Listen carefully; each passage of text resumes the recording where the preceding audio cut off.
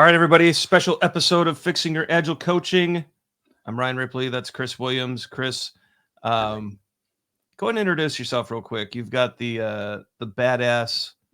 Let me make sure I got it right. The Badass Agile podcast, right? That's the one. Yeah. And I have my education program, which I call the Forge, which is all about leadership, really, and agile or non-agile teams. But basically, we do similar stuff, right? Working for big clients and trying to bring great delivery practices to the world. So I think folks that generally, when I'm on my show, I frequently talk about your stuff because I love your stuff. Well, thanks. And we've done some stuff together before. So I feel like if one knows one possibly knows the other. Oh, yeah. Oh, I'd imagine there's a lot of overlap in the groups. And so, and that's a good thing, right? So definitely a good thing. We're the Agile for Humans family is definitely a big fan of Chris and the Forge and all the work he does. Very authentic message and delivery. And so definitely good overlaps. I'm happy to be in that Venn diagram. How about that? There you go. So Chris actually pinged me. So for once, he actually said, "Hey man, we need to talk." And I like to talk. So Chris, what got your attention and what led us to being here other than serendipity? Yeah. And it was just, we were kind of due, but we were both looking at a thread where people have been discussing something that's dear to my heart, which is, where's this whole thing going? Because I think there's a couple of factors and forces in our industry that make it easier or harder to be credible and to deliver value. And so as more people are starting to say, well, what's next? Because times are changing, but if Agile isn't changing, or if no one's driving the change uniformly, what happens? How do we keep adding value for the people that we serve? And one of the things that comes up, one of those factors or forces that can affect our credibility, is what I call the infantilization of Agile, which is trying to make it so playful and so simple to understand and to communicate that in a way it undercuts the seriousness or the value of what we do. And so this sometimes shows up in, creating these templates for all the different ceremonies, or, trying to liken the various roles to your favorite superheroes or your Marvel comic heroes or your Star Wars heroes and so on. And far be it from me to say anyone, stop doing what you do. If this is what you love to do, this is your voice, this is how you communicate, awesome. But it's always worth taking a tick and saying, are we potentially doing more harm than good, or whatever, by delivering the message in this way? And the reason I mention it is simply because I've been in the tech business for 30 years now. And even in my early days, I can remember before Agile going in to coach a group of bankers. And one of my colleagues was like tossing out candy if they got answers to questions right, that kind of thing. And our company lost the gig because we were told they felt like trained circus seals. They felt like children. And so I never forgot that. And every time I see one of these cartoonish things, these themed retrospectives as an example, or theme ceremonies, I sometimes wonder, are we treating people like children? And the funny thing is, every time I start a new gig, someone will say, oh man, we got this one coach over here, and they're coming in, they're bringing in, their Darth Vader costumes, and they're like, we leave and we feel so uncomfortable. And it happens frequently enough that for me, it's a concern. And I say, why don't you just tell them? And they're like, we don't want to hurt their feelings like that. We understand what they're trying to do. We don't want them to feel bad, but we don't know how to tell them that this isn't what we value. This isn't what we want. So I've been seeing it more and more, and I've been seeing way more of it on LinkedIn. So I thought it was a good time to reach out to you and say, what is this? And what do you think of it? So I'm going to let you take your cut. There's just been a huge uptick of this, and it caught my attention. I've always hated this stuff. Like you say it a lot nicer than I do. I'm more of the cynical. I feel like the old man sitting on the porch yelling at kids. You've sometimes referred to yourself as the grumpy scrum master, or the grouchy scrum master, the angry. I can't remember what it is. I'm getting old, and I'm watching this stuff, but it also makes me kind of think back to when I was new, and when I was excited about something. And, and I remember when I was at a Agile coach camp, and Esther Derby and Diana Larson and Don Gray pulled me aside and said, hey, calm down. We see potential in you. We think you're saying some smart things. You're saying a lot of not smart things. Just calm down and learn the basics and work really hard and become very competent, and then get your idea. And I took that advice to heart. And I really appreciate that people like that would pull me aside. And I feel like as I've gotten older and I've, worked for the past 20 plus years in the industry, delivering things, and now I get to teach it and train it, that I might be in that position someday to pull someone aside and say, hey, calm down. Mhm. Just these Right. things, these Star Wars retro formats are cute, but go grind it out for 5 years in the trenches and deliver some product and get some competency in what you're doing, and quit hiding. There's so many discussions, Chris, about Mhm. I have imposter syndrome, or there's all Mhm. these psychological techno babble nonsensical things. It's just go work. Mhm. Go Mhm. do the work and get good at the work, and then come out here and talk about what you learned about the work, Right. Right. instead of these proxies for competency. Oh, Mhm. I made this format, or oh, here's some Lego bricks, or oh, I'm in my Darth Vader outfit. I had a scrum master, and he's actually an excellent. I chastised him for doing this because he's better than this. Right. Like, he is an amazing scrum master. Let's do an Oreo tasting retro. And Mhm. he went to a store and bought 20 different types of Oreos, and really just turned it into a joke. And it's like, no, you are so good. This is beneath you. Yeah. And so that's kind of where I'm at with all this. It's, you have the agile dad and the scrum moms, and it's just go do the work Mhm. and go get good at the work. And if you've never done the work, stop trying to coach and teach the work. Right. That's kind of where I've leveled out on this whole topic. And I'm sure people are going to blow up the comments, and there's going to be some really hurt people by that. But if I hit you, I wasn't trying to miss you. That's Like, right. this is, Chris, everyone says what's next. Yeah. What's next, in my opinion is, let's prove that agile and the things that we're preaching and practicing and doing are actually working. Sure. So And I that's have a why, go ahead.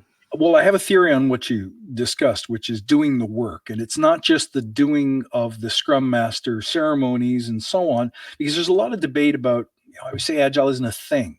What time should I have my stand up? Doesn't matter. Yeah. Flip a coin. What should I call my stand up? Doesn't matter. Flip a coin. You'll learn as you go. If there's a right or a wrong answer, you'll find it. But I'll give you an example. When you hear about, and you've written a great book called Fixing Your Scrum, so you deal a lot with fixing common problems that happen in the implementation of Scrum. Thinking about a retrospective, what are the top one or two really big issues that you almost always have to solve with a retrospective? I think the biggest one is not following through on any action. I Yep. think that's probably the biggest. Like, if we're going to take all this time to be vulnerable and to speak truth and to risk looking foolish, and then you do nothing with it, I won't speak again. And then the Yep. retro is worthless.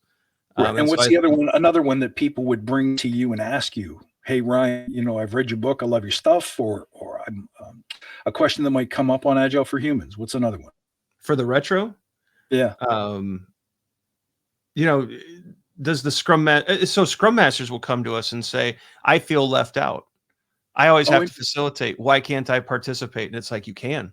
You don't have Right. to facilitate the event. You need to make sure that it happens. And so there's a misconception there that a whole person, you know, the inclusion and the participation is another big one. It's like, well, the product owner wants to speak in yeah, they should. They're a team Mhm. member. Well, our Right. manager wants to attend. Well, they probably shouldn't. But unless there's something going on, so it's almost like the roster is a big contentious thing as well. Sure. And as you said, the participation, the people who show up and then they don't want to contribute. So you're going to Yep. have a team of 10 people, and there's going to be a bunch of developers, and they're going to be from different locations and different backgrounds and different styles of working. One or two of them is not going to enjoy retrospectives. They're not Correct. comfortable speaking up. They don't want to offend other people. They may be passive aggressive, a whole bunch of different problems. None of those are Scrum problems, right? None of those are things that are in the process would fix it. You can't process down someone who doesn't want to contribute or someone who doesn't feel like they have the right to speak. That's a human problem. It's a coaching problem. And so I understand where these themed retros come from. We're trying to open people up a little bit, right? We're also trying to make work more fun. There's the argument that by having these different themed retros, work becomes more fun. There's a couple of problems with that. Fun, I mean, my wife always says work is called work for a reason. You're trading your labor, your sweat, your problem solving ability for money. And it's not necessarily supposed to be fun all the time, in the sense of like, there's fun where it's like, I love my job. I love what I do every day. Every day I get up, I can't wait to get out and start doing what I do. I have fun because I make it fun. But the kind of fun where you're rolling around in your tummy, dangling your shoes and playing with your Lego, like bring your toys to work, I don't think that's what we mean by making work fun. It's not always going to be fun. So I don't know that that's necessarily the best way to open people up if you have a contribution problem or if you have an imposter syndrome problem. I don't know that the templates necessarily help. I do like the idea that there should be, if you really want to help people, you know this because you're a trainer. If you want your learning to stick, there should be an emotional experience in there somewhere. Laughter, an aha moment, a moment of feeling like you're supported by the person to the left or to the right of you. So we'll try to bake those things into the experiences that we build, but not, like Chewbacca, we're going to Party City Yeah. and getting a Chewbacca outfit, that kind of thing. So I'll stop there and let you. Well, Chris, so Esther Derby and Diana Larson in their book Agile Retrospectives laid it out. Set the stage, gather data, generate insights, decide what to do, close the retrospective. Mm-hmm.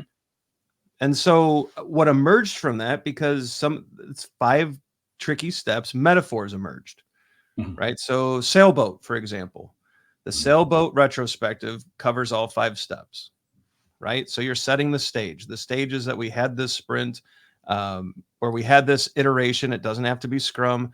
And here's the environment that we're in, and we do an icebreaker, and we do whatever we need to do in order to get people comfortable with the fact that we're about to talk about difficult things. We use the sailboat format to gather data. What was the wind in our sails? What was the anchor in the sea? What were the monsters in the ocean? What were were we rowing together? Do we know where dry land is? Do we know where X marks the spot? And we take that data and we combine it, we refine it, we generate the insights. And based off those insights, we decide what to do. What's our next step? What's actionable? What's potentially useful? And then we close out the retro. We summarize what we discovered. We look and take another look at the sailboat, and we move on. And as long as the metaphor leads to those 5 steps happening, that's great. But when you have an Agilist go on LinkedIn and post a Tinder format for a retrospective, I don't believe all 5 are going to, the data is missing. Mm-hmm. Whether or not you would swipe left or right on something that happened it's just inappropriate, Mm-hmm. and it's not professional. It's not, look, the Star Wars retros and the Harry Potter retros, I get it. They're fun. They're missing at least one of those 5 steps typically. Mm-hmm. Right. And typically it's the data or the insight that gets dropped, which is honestly kind of the meat of the event. And it just doesn't look. My background is Fortune 500 companies and a few startups. Mm-hmm. In the Fortune 500, if my VP walked into the room and we had a Harry Potter retro going on, he would have fired me. Sure. Like, he flat out, he would have said, "Ryan, you've lost your mind. Mm-hmm. You are not a fit to be a director or an assistant vice or associate vice president or whatever my title was at the time. We're working you out of here." Mm-hmm. And that's just it. And so if my background's a little different and it skewed me a bit, so be it. It also taught me delivery is key. For sure. And so I'm glad my experiences are what they are. But I go back to, and what even sparked this whole conversation, I made a quick post on LinkedIn about, hey, I just got to see the table of contents to Esther and Diana's new book. They brought David Horowitz from Retrium in to help with the 2nd edition, and it looks amazing. I'm excited to get my hands on it. Anything that Esther and Diana publish, you should be reading twice. But I did make a comment. I'm like, I looked at the table of contents and I don't see themed retros as a major topic covered. Right. And that offended some people, and Mm-hmm. it led to, but it's like, come on, yeah, I agree I'll with you. pause there. No, I agree with you 100%. Listen, these guys make these themed retrospectives in their, for free. They give them away usually. So on Yeah. the one hand, you have to honor the fact that they're trying to help. They're trying to offer something to the community Sure. that they feel has worked for them and might work for others and make the job easier and more fun. I get that. But there's a couple of little problems. One, there's hundreds, if not thousands of these things out there. In Yep. my mind, that's just going to either confuse people, or for new or inexperienced scrum masters, it creates a culture where it's like it's okay to run a team by script. What do I say here? I don't know. Let's thumb through. Which theme retrospectives do you have? Do you have the Harry Potter one here? That one's good for this kind of thing. Yep. What we want to develop in other leaders is the intuition in the room and the coaching skill and the library of techniques that you have to move people to what's the objective? It's to get better as a team. So it's the proliferation of these things, and it's the cost to a company. Like, how long does it take to run these retrospectives? How long does it take to build these themed templates? And as people are arguing about this stuff on LinkedIn, it's like, when are you delivering value? Like, you only have so many hours in a day, right? If you're busy arguing back and forth on which template is the best one to use, we should be using that time to figure out where's the value. What does your customer really want? How can we help you get to that sooner? The real problem with all delivery, in my humble opinion, is the fundamental fact that humans working, especially in large groups, and who buys most agile services? It's banks, it's insurance companies, it's companies with weight and finances to support agile. Like, a startup would never even consider this stuff. You know what I mean? You're lucky if you have time for a retrospective, but they really wouldn't sit around trying to work with these theme templates because they probably have a close working relationship. But in a bank, I can see why sometimes it's going to be difficult. But the reason why things don't move is the fundamental discomfort with the uncomfortable. So oftentimes, when you have work that's not flowing, you're saying, why did we build a RACI chart instead of finishing a feature or building something or creating a resource or whatever it is we really needed as a business, whatever would move us forward more quickly? Why did we go build some extra documentation that we know we didn't really need or want? Why do we spend so much time evaluating Jira versus something else again? It's because that work delays the difficult decisions. It allows us to not be the person who puts a signature on something that ends up sinking the boat. That's when I work in big organizations, that's what I see an awful lot of, is that people don't like to move the needle on things because they don't want to be the one that said, I made the call. I made the decision. Building courage in agile teams, we all know, is helping them prioritize the uncomfortable stuff. Saying this is the most important thing. It's what the customer wants. It's what the customer will pay for. It's what they're excited about having. Let's build that despite the dependencies. Let's build that despite the uncertainty. I don't believe, in my experience, that helping simplify the retrospective or making agile feel somehow safer will build more courage. So it's not that these things are doing damage, it's just that I don't feel like they're helping the cause as much as you think they are. And the big concern is when you say that, as you mentioned, some people get really upset and really offended. And yet we're supposed to be the most introspective, the most self-aware, the most accountable people. As an agile team, that's how we self-identify. But if we challenge that assumption and say, well, maybe this isn't as great as you think, or maybe this isn't working the way you believe it is, then it's like, no, I'm right. I know I'm right, which is Yeah. what my mother does when she's losing an argument, right? So I'm kind of not really open to it. Because I So said so. that's right. That's right. Yeah. So what It's about you when you see these things in action and you believe, I don't really think this would help. What would you say to a person? It's like, put your placemat down. Let's not do the Darth Vader retrospective. What would you suggest to them as another way, an alternative, a better resource, maybe? well, I mean, the theme stuff is it, it's it, it's kind of like it's putting a layer over what needs to be talked about. And I get why scrum masters do this. I want to make sure, I mean, people are probably listening, go, wow, what a jerk. And I'm not trying to be that way. I'm really, I want people to do better. And so your question is really what's better. I think putting aside the toys and the themes and looking at, look, a retrospective, in my opinion, is what made it difficult for us to be successful this sprint.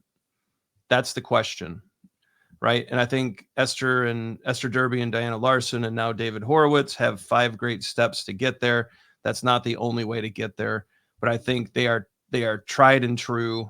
They're tested, and they've stood the test of time here. But we're really trying to answer what makes it difficult for us as a team to deliver. And also, if you're in a Scrum environment, how do we enhance quality, or how do we preserve quality, right? Because definition of done is another concern in a retrospective. And so what's better is looking at the actual ways that we deliver. What if you started with what's the last thing that happens when we deliver, and work backwards and then figure out within those categories what's difficult. And so you have a board of things that we could look at to improve, and then we can gather some insights about each one, and we can look at data. What if we actually, here's a stunner, Chris. What if we actually put evidence-based management into place, and we said, here's what we believe to be true. Here's data that we have around it. We're going to make a few changes here that came from a really solid retro, and we're going to prove that what we're doing is helping, or we're going to disprove that and try something different. Oh, and by the way, let's also prove that what we're doing is valuable as a team that could help our sprint review. And let's also prove that, that let's actually bring evidence. Everyone asks what's next. It's evidence. Companies are going to start challenging us, the trainers, the coaches, the consultants.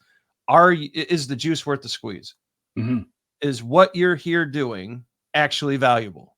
And we've never had to answer that before. We've never been challenged on that in any perceivable way. Now I think any smart organization that goes along an agile transformation is going to make the consultant say, hey, did I get value out of this? Right. Or because right now it's only the consultant companies that can prove it, because they're getting those checks. Right. They're getting $100+ an hour on top of whatever they pay the person. Right. Well, the rates are a little lower now, but they're making they're hitting their margins, they're hitting their profits. Did the company benefit from the work? We don't know. Right. So I think that's next. With the retro, you asked what's better. Stay focused on delivery. Stay focused on, and then prove it. I think, again, I'm biased, so take everything I say here with a grain of salt. I've just, we released a book on evidence-based management, but we put a lot of time into it because we think this is next. And so in a retro, how do we prove that what we're about to attempt is going to help us work better as a team? And I think if people focus there, as opposed to themed retros, or I'm the Scrum dad, or I'm the Agile mom, or what, all this nonsense, and actually focus on gathering evidence and using data and creating narratives around the work and actually removing true impediments to delivery, a lot of things can get done, but that looks like work. It does. It does. And, there's a lot of teams and Scrum Masters out there who will say, well, happiness is my only metric. I'm not sure that's going to fly. Enjoy the next round of layoffs then. That's right. That's right. I mean, we need to start speaking in very direct terms, Chris. Like if you're walking around saying, happiness is my only metric, I don't know if you're going to make it. Like, I agree with you. I agree with you. You can't walk into a mechanic and say, I don't know, something's wrong. There's a rattle. How much do you think it'll be to fix this? Like, I don't know. I'll know when I know, kind of thing. And then you come back and it's like, yeah, it was $1,800.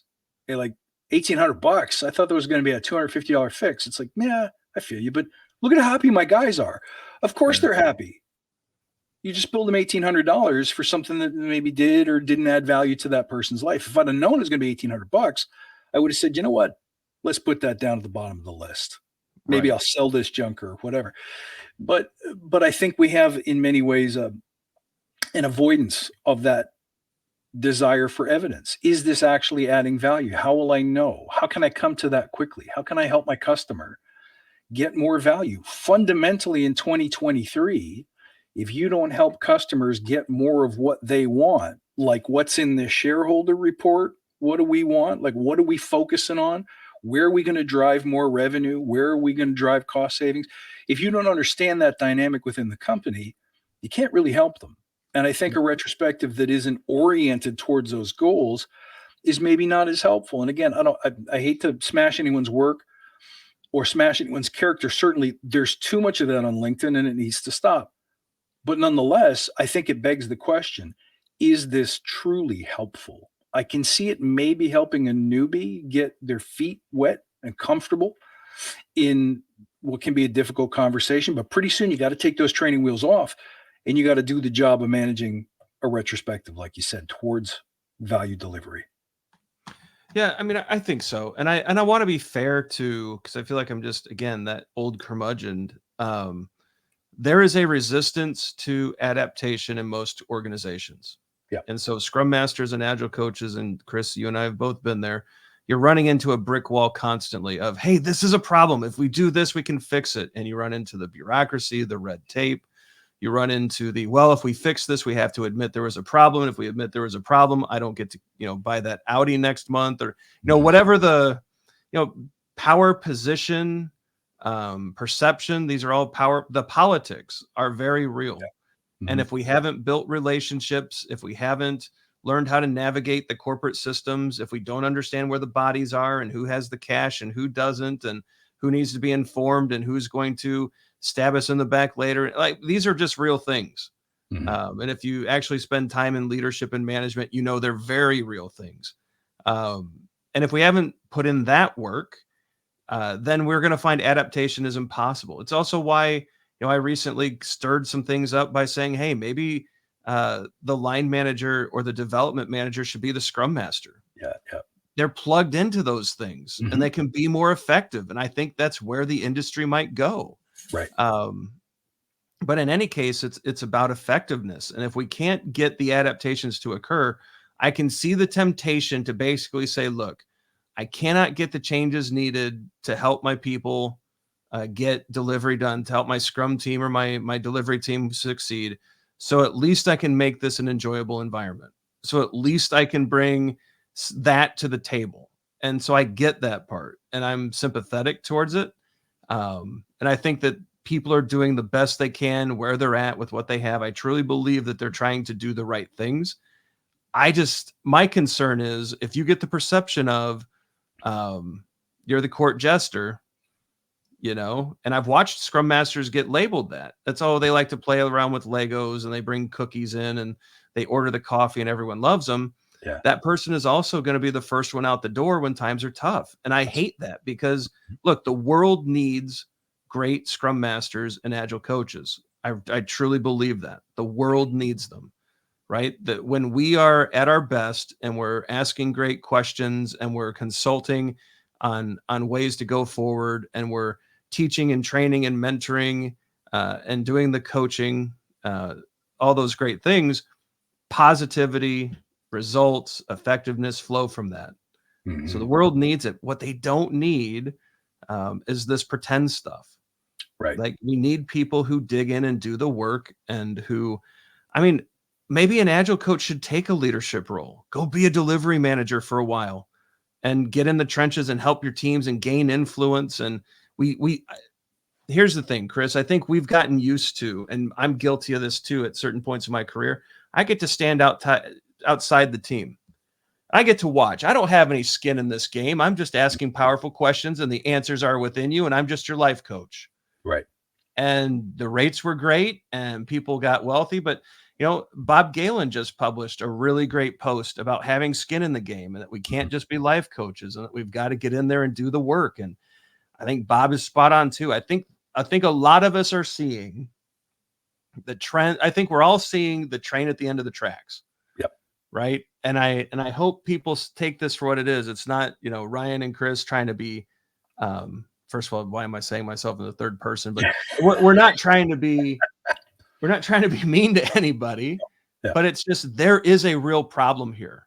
And there is going to be a reckoning if we don't get this, corrected. And I think it's not just, the people in the field and the trainers and the coaches that lose out. It's the world and the organizations and the people in those orgs who miss wonderful opportunities to have a better working environment, to work in better ways, to have work that matters, connecting them to meaning and all the great things that we would normally do.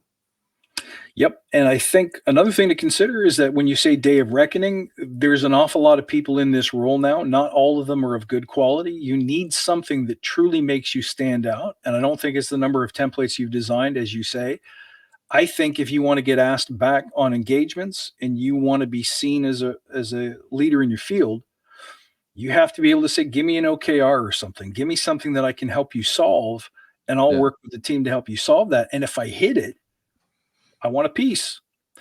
And remember that Agile is not necessarily just a software concern. I think one of the reasons why we have these Star Wars and Star Trek templates is because, like me, I was a developer. I began in the nerdery, where this is the language that we speak. To this day, if I see people who are struggling with, I don't think we can run this project without a project charter and a BRD, I'll pull up the Yoda story where it's like, I can't lift the X-Wing out. It's too big. You can't just lift that out with the Force. And Yoda's like, watch this. And when he does it, Luke's like, I can't believe it. And it's like, well, not for nothing. That's probably why you fail. Like, I tell that story all the time, not to bring my toys to work, but because it's something that everyone in the development world can probably relate to. And it's an aha moment for people. Oh yeah, it's a great analogy. So I totally get it. But I also think, remember, at a certain point, if you want to stay profitable, you have to learn how to take Agile to new lands. Where can this be used in marketing? I'm fascinated with where can I get people who have a play or an album in them, and they won't make it because they don't feel like they can't sell it, and it has to be perfect before they release it. What if Agile could teach them, make a pitch, make a demo, make a something, build something that's truly and uniquely you, and you be the marketing department, and you be the agency, and you be all of those other things, because that would allow you to live the life that you want to live, creating what you want to create. Can some of what I've learned in Agile help people be successful in spheres that have nothing to do with software? Yeah. Absolutely. Could Agile help car salespeople be better at what they do? Absolutely. But only if you can demonstrate clear value in what you do, which means if I walk into a dealership and say, how's your sales? They say, they're okay. What if I can increase it 15% in the next 3 months by doing the following things, by focusing on this and not focusing on that, et cetera, et cetera, et cetera. Those are Agile skill sets, but you got to be able to talk the business. You can't go in there so much and say, here's my placemat with all your favorite Disney characters on it. And Chris, I think your car sales story is perfect, right? So let's dig into that just for a second. Now, if I walked in having never sold a car, and you're the owner of a dealership, and you said, and I pitched that same thing to you, are you listening to me? Exactly. So, but what if last 20 years, I've been one of the top salesmen in the state, you know exactly who I am, and I walk in with a system saying, hey man, I think I can really help here. I think using this practice, this framework, this methodology, whatever you want to call it, right, we can bump things up 15%. I'll show you how to cut a little bit of waste. That you've got their attention. 100%. And so I think part of this problem that we're kind of putting our finger on too is that we've got a lot of people trying to do this work as a Agile coach or Scrum Master who have never actually done the work. Right. To put it in outside of software and that, I take my 11-year-old son to a specialized wrestling facility at least twice a week. And it's because the gentleman out there who's coaching is a 3-time international champion, a 2-time Big Ten champion, 3-time NCAA placer. He was one of the best in the world at his weight ever. Mm-hmm. And so now he charges a good rate, and he gets the pleasure of coaching my son, which is actually not a pleasure. It's a good thing he's paid well. My son does great, but would I take my son and would I make the long drive and would I pay the money to someone who had never wrestled and who expected Holden, my son, to find the answers within himself? Right. No. Right. Yep. Never. Yeah, 100%. And I don't know why we think we're special. Yeah. Yeah. It's just wild to me. Well, I mean, there's so many things happening in our industry that are not helpful right now. And it doesn't help that everything is on full public display. Yep. And you go on a LinkedIn at any given moment, and when one person says, I think this, another person has to say, well, you're wrong, and I think that. Community is important, but it's not everything. A big chunk of the confusion is that there's all these different ideas and all these different methods and all these different templates and procedures and scripts that people are putting out there, that if you don't fundamentally know how to deliver stuff well in a technical environment or in a car sales environment, if you don't have the experience, if you don't have the instinct, you haven't developed that, it's going to be hard for you to coach performance in any capacity, no matter how good your retros are. So I think it's there's a turning point in the industry, and a lot of people are asking the question. The big buzzword is Agile dead. I don't think Agile was ever a thing. I think what's likely to happen is, like anything else, we're going to take what we learned from Agile, put it in our back pocket, and stop calling things Agile initiatives. Agile is simply something that is now the standard in the practice of delivering stuff. Everyone understands what a backlog is. Everyone understands that prioritization has to be based on value. You take those principles anywhere. I don't care if you call it Agile. I don't care if you have a Scrum Master. Those principles and practices are valuable. And I think the future of agility has something to do with that. Spreading it beyond the team room, spreading it beyond the tech room, and stop thinking this is a process that you have to follow like we're baking a loaf of bread. If you screw up the temperature of the butter, then your pastry isn't flaky. It's a lot simpler than that, right? Yeah, this whole Agile is dead. That's the other raging debate now on socials. And like, I love football history, right? Okay. And so let's talk about the game of football. I'm talking about American football, the real football. Yeah. All the soccer fans just shut it off, but the evolution of the game, right? The offenses used to run single wing, the old Pop Warner single wing. You direct snap to the running back and they run to the power side, and it's smash mouth football. And then someone got the bright idea that let's do double wing and add a little deception to the game. And then someone said, hey, let's do a little spread offense and throw it every once in a while. Then West Coast and Wildcat and all these different offenses came in, and every time a significant shift. And now you have RPOs, these run pass options, where you have the Jalen Hurts or the Lamar Jacksons or the Justin Fields of the world, who will either run it, throw it, or hand it off, and it's dynamic football. And every time these big changes came in, football offense is dead, or everything's dead, and it just evolved. They took something good from the last thing and they changed it, and now the offenses in football are pretty amazing, and the defenses have had to catch up, and it's just this continuous inspection and adaptation, and the point of all of it is winning. And I think we really need to get centered on that. Yep. We are working in an organization to win, and winning often looks like delivery.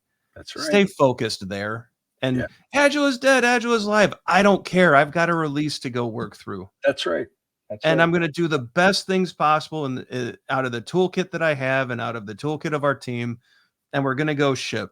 And if someone, if the purity experts won't show up and bless it as Agile, fine. We're going to go win. That's it. And we're going to prove that we're winning through data, just like Moneyball, just like the analytics in sports. Like they know down to an inch, the stride of a running back and how many yards per carry and how many yards after the first hit and how many yards after the second hit. And they've got it down to honestly a science. And that's where we have to go next. We don't get to wave our hands and do a fun retro and it depends, or take it to the team, or protect no more of this cliched nonsense. It's we have work to do. We have to prove that what we're doing is working and effective, and we need to get these organizations winning. That's right. And if we can do that, call it whatever you want. Exactly right. Exactly right. I like that. Winning. Just win. That's the goal. Yeah. It's the whole point. Like we are here. Now we want to do it ethically. We want to do it kindly. We want to do it, there are some morals and ethics, of course, with winning. The way that we win matters too. Yeah. But the point is, get the ball into the end zone, or get the release to the customer, deliver value for people, change people's lives, have a good outcome, have a great impact. Absolutely. So if you're struggling with retrospectives, by the way, people aren't talking, people aren't communicating, people aren't showing up, there's no real value and there's no real commitment coming out of the retrospective, then look at some of the other books like what Esther and Diane are releasing, and check out, by the way, the everything to do with this video. You're fixing your Scrum, or what's the latest title on YouTube? What's your channel title? We do Scrum, right? What's that? Your Daily Scrum. Yeah, your daily scrums are out there. Yeah. Go through there, because just like a lot of people are making these templates for free, Ryan puts this stuff up for free as well. And there's lots of great pointed advice based on real world user questions that attempt to solve this and other problems. So if you like these templates, like I said, we would never tell anyone stop talking or stop saying what you're saying. It's a free country. If you like something, you go have at it. But the experience that someone like Ryan brings, having been in the industry for decades, he's given back to the community for free in terms of solutions to common problems. So please make sure you check out at least the other side of the equation before you rely too heavily on one particular trick or one particular technique. I think that might be the most civil way of saying it, right? Don't throw all your eggs in one basket. The stuff that's out there by practitioners like us, who likewise are trying to help, likewise trying to make it better. I have no interest in being right. It doesn't really concern me all that much, but I am interested in helping people win. Yep. No, I appreciate that. And be skeptical of throwing all your eggs in my basket or in Chris's basket. Or Exactly. I think you ought to, there's tons of, there's hundreds, I think there's like 5, 6, 7, 800 videos on our YouTube now, free courses. Go learn Scrum for free. Go learn EBM for free. But then go test that against what Chris says in his Forge and what Bob Galen says on his blog, and what, these LinkedIn influencers, what they're saying on their pages. Measure all of it. And That's right. Look, if a themed let's talk about the positive of this for a second. If your team just went through a horrible experience, it was a very bad sprint, they need a smile and a pick-me-up, go grab a themed retro. I think even better yet, take them to the pub and just do your thing, have a retro, have it, commiserate, do what you need to do. Sometimes a little levity is necessary. Just remember, you're trying to get teams to win, not just to laugh. And that's a hard distinction to make, but it is. Yeah. Never look for right or wrong on LinkedIn, right? Binary thinking is usually not good news. If there was one perfect way to do Agile, Scrum, etc., everyone would be doing it that way. The truth is there isn't. And so, I'm still learning every day. It's the best part of what I do. Oh, and I've probably been wrong at least 3 times on this video. So there you have it. I'm wrong every day. I won't share exactly what I did yet, but I did something incredibly stupid this weekend that's going to cost a little time and money. Right. I'm sure I'll do something next week that's equally stupid. And look, and early in my career, I had people around me who cared enough to pull me aside and say, "Hey, calm down. Like, you are talking a lot and you haven't worked a lot. And they said it very kindly, and they were very gracious, and they spent a lot of time with me. And I'm really grateful they did it. And I hope everyone out there, look, do what you need to do for your teams. Take me with a grain of salt, test things out, get evidence, keep sharpening your skill set, get into the Forge, learn how to do things better. But talking heads aren't always right either. So That's right. But what I appreciate about you is that you're always advancing the craft. And so that's why I pinged you when I saw that comment. It's like, this is an interesting topic, and I think people needed to hear this. So I hope you'll accept it with a grain of salt, but also with a grain of humility, and say, oh, maybe I'm not 100% right. Maybe this isn't the only way. Maybe this isn't as effective as I think it will be. Big hint, by the way, is I've never, not once, had a VP or a CXO ask me, "Hey, can you make sure you do themed retros?" Like, it's just not something at the executive level that they ask for. What I know they want, though, is bring me a victory. Would you bring me a win? Make this better somehow. So that's a great way to wrap up the topic. Ryan, thanks so much for the invite. It's an honor to be on your show, and it's always a pleasure to speak with you. Oh, likewise, Chris. I'm glad you reached out, and I hope we do it again soon. Well, we're going to do it. We're going to talk about your new book. All right. We'll make sure to do that. That sounds good. Thank you, Ryan. All right, everybody, be sure to like and subscribe. Do all the things you're supposed to do on YouTube. Hit that bell so you don't miss great conversations like this with awesome people like Chris. Be sure to check out his Forge and all of his stuff. It's in the description. Read it, click it, do it. Our socials are listed. If you're into socials, that's where we're at. Some videos are going to pop up. It's our free Scrum course and our free EBM course. Hey, they're free. No excuses. Go learn and then do some awesome things. For Chris, I'm Ryan. Go forward. Facilitate some great retros. Get some deep learning. Make some change happen. We'll see you next time.